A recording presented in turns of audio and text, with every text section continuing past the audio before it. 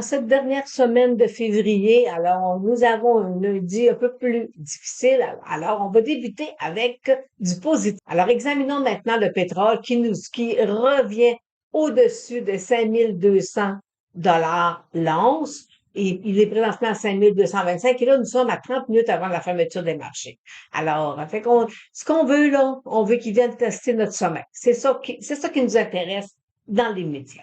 Pour ce qui est du pétrole, rien de nouveau. Alors, il s'attaque présentement à sa résistance autour de 66 $ le baril. Après ça, ça va être 68 $ et 70. Alors, on ne voit quand même là, que quelques résistances qui l'attendent d'ici les prochaines semaines. Et on va terminer avec le Bitcoin. Alors, c'est du journée un peu plus difficile pour lui, 3000 $ de baisse, là. Alors, il est à 62 448 au moment où on se parle. Alors, voyez-vous ici, il y a quand même un très beau support. Il doit s'y appuyer. Sinon, son support à 50 000, 55 000 devient extrêmement important pour le moment. Alors, allons voir quelques secteurs qui trouvent la journée un peu plus difficile. Alors, débutons avec le titre de Microsoft qui, aujourd'hui, est venu toucher notre cible point de figure à 390 $ et possiblement qu'on pourrait peut-être le voir aller autour de 375. Et vous savez, c'est juste du technique, là. Fait qu'on avait ici un double sommet. On a percé sa ligne de tendance ici, sa moyenne mobile de 200 jours qui a été appuyée par les moyennes mobiles 8,34. Alors, la glissade s'est poursuivie. Est-ce que nous allons le revoir venir tester son bas de avril 2025? Pour ceux qui sont encore in, j'espère que non. Mais pour nous, ça va nous permettre peut-être de faire une accumulation et de peut-être examiner le titre afin de voir une progression d'ici les prochains. Trois secteurs qu'on surveille aujourd'hui. Le XLK, le secteur de la technologie, dont les composantes sont NVIDIA, Apple, Microsoft, Broadcom et Micron. Et forcément, je viens de vous présenter le titre de Microsoft. Et là, voyez-vous, là, on a une belle chandelle baissière, on a ici une belle moyenne mobile de 100 jours. Il va venir se rasseoir sur sa moyenne mobile et après ça, il va peut-être y rebondir. Mais allons voir.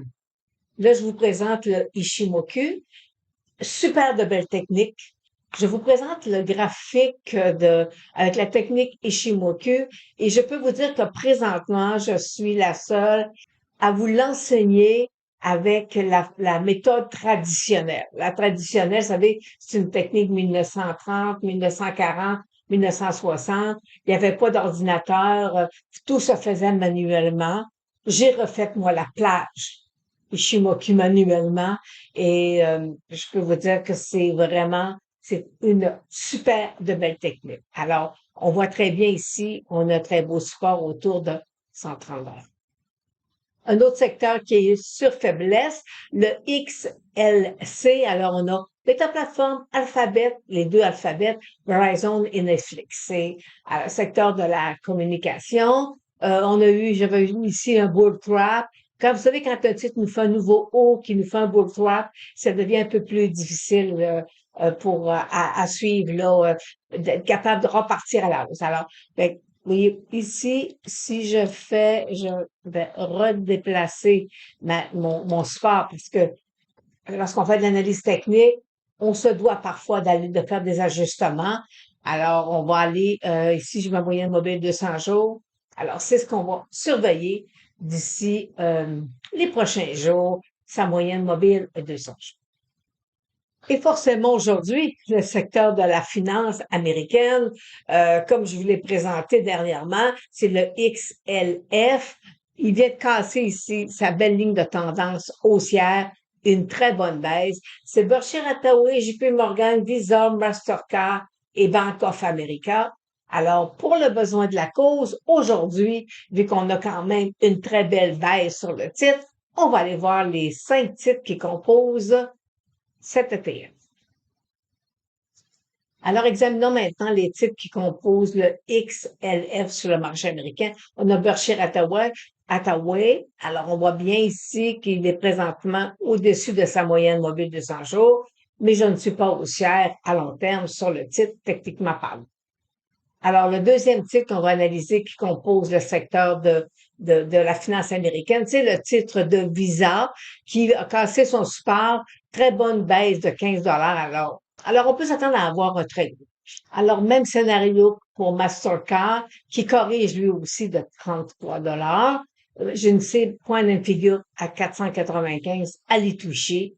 Alors, vous savez, la technique point and figure, c'est un petit bijou.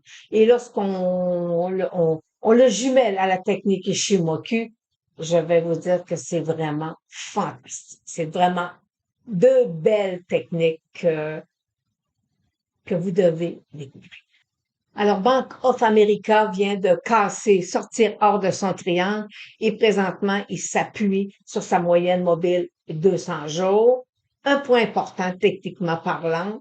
Et on voit présentement, il est en baisse de 1,75 On peut s'attendre à avoir le titre revenir sous le 50 Même chose pour JP Morgan, bien assis sur sa moyenne mobile 200 jours. Alors, fort probablement qu'un repli l'attend lui aussi. Un secteur qui est en difficulté, ça l'entraîne tous les titres là, présentement dans le secteur de la finance américaine. Et je vais terminer en vous présentant le secteur canadien de la finance avec son ETF, le XFN, que nous allons analyser fort probablement plus en profondeur demain. On est à l'intérieur d'un très beau biseau avec une moyenne mobile de 100 jours qui est haussière. Alors, je pense que le secteur canadien est plus fort que le secteur financier américain. Maintenant, allons voir comment la journée s'est terminée sur le marché canadien et le marché américain. Alors, nous sommes à la fermeture des marchés. C'est moins 800 points journée baissière. Vous savez, on a ici un beau grand biseau. Puis là, je vais vous l'agrandir pour que vous puissiez voir cette hausse-là, cette ligne de tendance-là, date de avril dernier. Alors, lorsque M. Trump a fini là, de faire ses tarifs, alors que le marché est reparti. Alors, fait qu'on c'est une ligne de tendance qui est importante. Cependant, on a quand même une moyenne mobile 200 jours qui est quand même encore haussière. Alors, un repli, mais on n'est pas à l'aube d'un cloche. Marché canadien, mais forcément, l'or va bien, le pétrole va bien, alors et le secteur financier aussi. Alors, fait présentement un nouveau sommet avec une petite chandelle de décision, mais quand même une très belle moyenne mobile de 100 jours haussière avec un support à 30 000 assez puissant. Si jamais il y a un repli, ça va le stabiliser avant qu'il poursuive à la baisse. Mais pour l'instant, nous sommes on a une très belle journée sur le marché canadien. Le Nasdaq 100, il est au-dessus de sa moyenne mobile de 100 jours. Un beau couloir ici, un beau petit support. Mais par contre, il est plus en faiblesse que le Dow Jones et le S&P 500 qu'on va voir tout à l'heure. Alors, c'est un peu plus, je suis plus négative sur le Nasdaq 100 que sur le Dow Jones. Petit marché canadien des small caps, voyez-vous, beau rebond, une petite chandelle d'indécision, moyenne mobile de 100 jours haussière, alors normal d'avoir un repli dans une journée où le marché américain n'aide pas les marchés. S&P 500, alors je vais juste vous, voyez-vous, on est présentement là dans un beau un triangle biseau, mais regardez quand même une moyenne mobile de 100 jours haussière. On a ici une chandelle baissière. Alors, lorsqu'il faut regarder, j'ai mes moyennes mobiles B34 sont croisées. Il va sortir hors de ce petit support-là. Le marché, le S&P 500 peut-être plus en faiblesse que sur le Dow Jones. OK? Vous voyez, des fois, les deux travaillent différemment, là. Alors, euh, alors, pour l'instant, moi, je vois un repli parce que je regarde ma technique Ishimoku et d'autres techniques et c'est plus un repli que je vois présent. Alors, c'est sur ça que se termine aujourd'hui mon petit suivi. Alors, on se revoit demain.